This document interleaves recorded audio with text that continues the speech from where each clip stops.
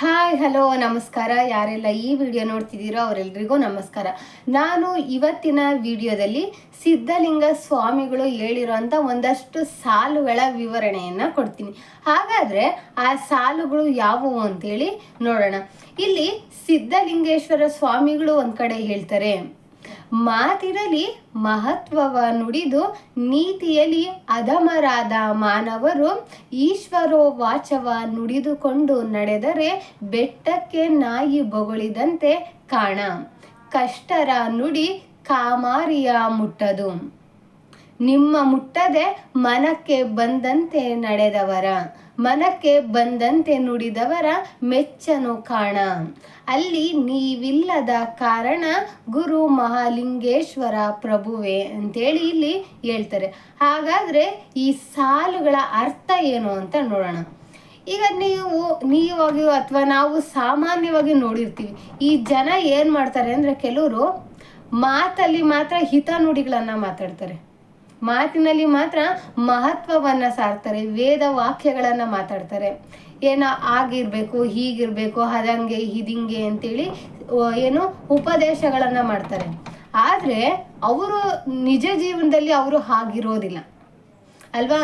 ಮೇಲ್ನೋಟಕ್ಕೆ ಮಾತ್ರ ಅವರು ಒಳ್ಳೊಳ್ಳೆ ಮಾತುಗಳನ್ನು ಆಡ್ತಿರ್ತಾರೆ, ವೇದ ವಾಕ್ಯಗಳನ್ನು ಉಪದೇಶಗಳನ್ನು ಮಾಡ್ತಿರ್ತಾರೆ, ಮಹತ್ತರವಾದ ಮಾತುಗಳನ್ನು ಆಡ್ತಿರ್ತಾರೆ.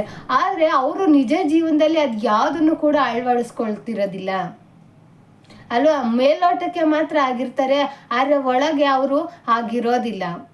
ಅವರು ಹೇಗೆ ಅಂದರೆ, ಈಗ ಯಾವುದೋ ಒಂದು ನಾಯಿ ಬೆಟ್ಟದ ಹತ್ರ ನಿಂತ್ಕೊಂಡು ಬೊಗಳ್ತಾ ಇರುತ್ತೆ.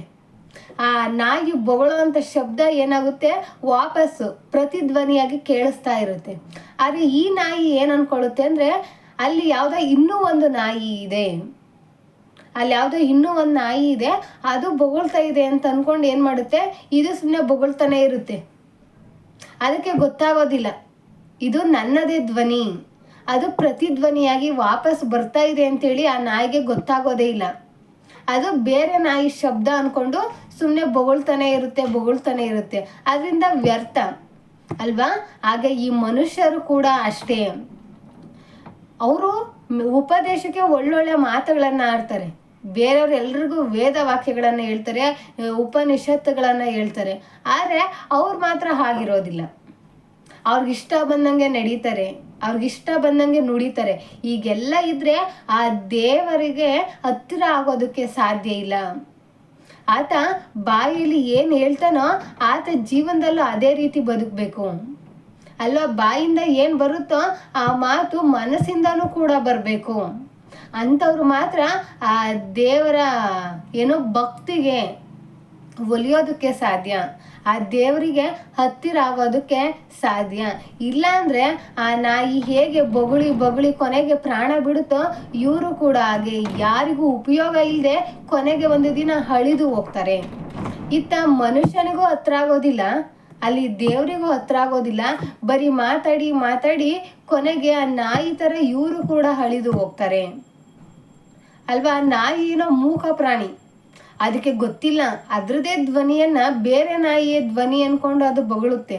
ಆದರೆ ಈ ಮನುಷ್ಯನಿಗೆ ಮಾತು ಬರುತ್ತೆ, ಪ್ರಪಂಚ ಜ್ಞಾನ ಇದೆ, ಗೊತ್ತಿಲ್ಲ ಅಂದರೆ ಕಲಿಯೋದಕ್ಕೆ ಸಾಕಷ್ಟು ದಾರಿಗಳಿದ್ದಾವೆ, ಕಲಿಬೇಕು, ತಿಳ್ಕೋಬೇಕು.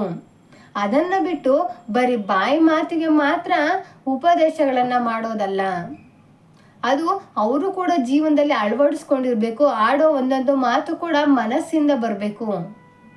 ಅಂಥವ್ರು ಮಾತ್ರ ಆ ದೇವರ ಪ್ರೀತಿಗೆ, ಆ ದೇವರ ಭಕ್ತಿಗೆ ಪಾತ್ರರಾಗೋದಕ್ಕೆ ಸಾಧ್ಯ ಆಗುತ್ತೆ. ಇಲ್ಲಾಂದರೆ ಆ ದೇವರು ಇಂತಹ ವ್ಯಕ್ತಿಗಳನ್ನು ಮೆಚ್ಚೋದಿಲ್ಲ.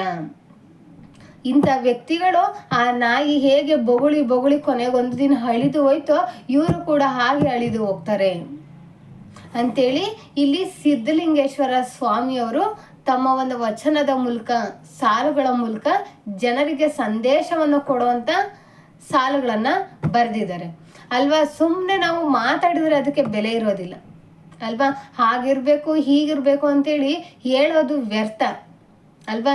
ಇವತ್ತಿನ ಕಾಲದಲ್ಲಿ ನಾವು ಎಷ್ಟೇ ಹೇಳಿದ್ರು ಕೂಡ ಜನ ಬದಲಾಗೋದಿಲ್ಲ.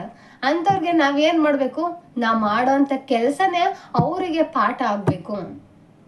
ನಾವೆಷ್ಟೇ ಉಪದೇಶ ಮಾಡಿದ್ರು ಕೂಡ ಅವರು ಸುಮ್ಮನೆ ಹೂಗುಡ್ತಾರೆ ಅಷ್ಟೇ. ನಾವು ಹೇಳೋವಂಥ ಮಾತಿಗೆ ಹೂಗುಡ್ತಾರೆ, ಆದರೆ ಅವ್ರು ಅನಿಸಿದ್ದನ್ನೇ ಅವ್ರು ಮಾಡ್ತಾರೆ. ಅದಕ್ಕೆ ನಾವು ಮಾತುಗಳನ್ನು ಕಡಿಮೆ ಮಾಡಬೇಕು. ನಾವೇನು ಉಪದೇಶ ಮಾಡ್ತೀವಲ್ಲ ಅದನ್ನು ಮಾಡೋ ಕೆಲಸದಲ್ಲಿ ತೋರಿಸ್ಕೋಬೇಕು. ನಾವು ಮಾಡೋಂಥ ಕೆಲಸನ ನೋಡಿ ಅವರು ಬದಲಾಗಬೇಕು. ನಮ್ಮ ಮಾತನ್ನು ಕೇಳಿ ಅವರು ಖಂಡಿತವಾಗ್ಲೂ ಬದಲಾಗೋದಿಲ್ಲ. ಅದಕ್ಕೆ ಹಾಗೇನಾದ್ರೂ ಆಗಬೇಕು ಅಂದರೆ ಮೊದಲು ನೀವು ಮಾತಾಡೋದನ್ನು ಕಡಿಮೆ ಮಾಡಬೇಕು. ಬರೀ ಬಾಯಲ್ಲಿ ಉಪದೇಶಗಳನ್ನು ಮಾಡೋದನ್ನು ಬಿಟ್ಟು ಮಾಡೋ ಕೆಲಸದಲ್ಲಿ ನಿಯತ್ತಿಂದ ಸರಿಯಾಗಿ ಮಾಡಿ. ಆಗ ಆ ದೇವರಿಗೆ ನೀವು ಹತ್ತಿರ ಆಗ್ತೀರಾ. ಇಲ್ಲಾಂದರೆ ನಾಯಿ ಹೇಗೆ ಬೊಗಳಿ ಅಳಿದು ಹೋಯ್ತೋ ನೀವು ಕೂಡ ಹಾಗೆ ಅಳಿದು ಹೋಗ್ಬೇಕಾಗುತ್ತೆ ಅಂತೇಳಿ ಇಲ್ಲಿ ಹೇಳಿದ್ದಾರೆ. ಇಷ್ಟು ಈ ವಚನದ ಅರ್ಥ. ಈಗ ನಾನು ಹೇಳಿರೋವಂಥ ವಿಶ್ಲೇಷಣೆ ವಿವರಣೆ ನಿಮ್ಗೆಲ್ರಿಗೂ ಅರ್ಥ ಆಗಿದೆ ಮತ್ತು ಇಷ್ಟ ಆಗಿದೆ ಅಂತ ನಾನು ಅನ್ಕೋತೀನಿ. ಈಗ ನನ್ನ ಎಲ್ಲ ವೀಡಿಯೋಸ್ಗಳನ್ನ ನೋಡೋದ್ರ ಮೂಲಕ ನನಗೆ ಸಪೋರ್ಟ್ ಮಾಡಿ ಅಂತ ಕೇಳ್ಕೊತೀನಿ. ಎಲ್ರಿಗೂ ಧನ್ಯವಾದಗಳು. ಜೈ ಹಿಂದ್, ಜೈ ಕರ್ನಾಟಕ ಮಾತೆ.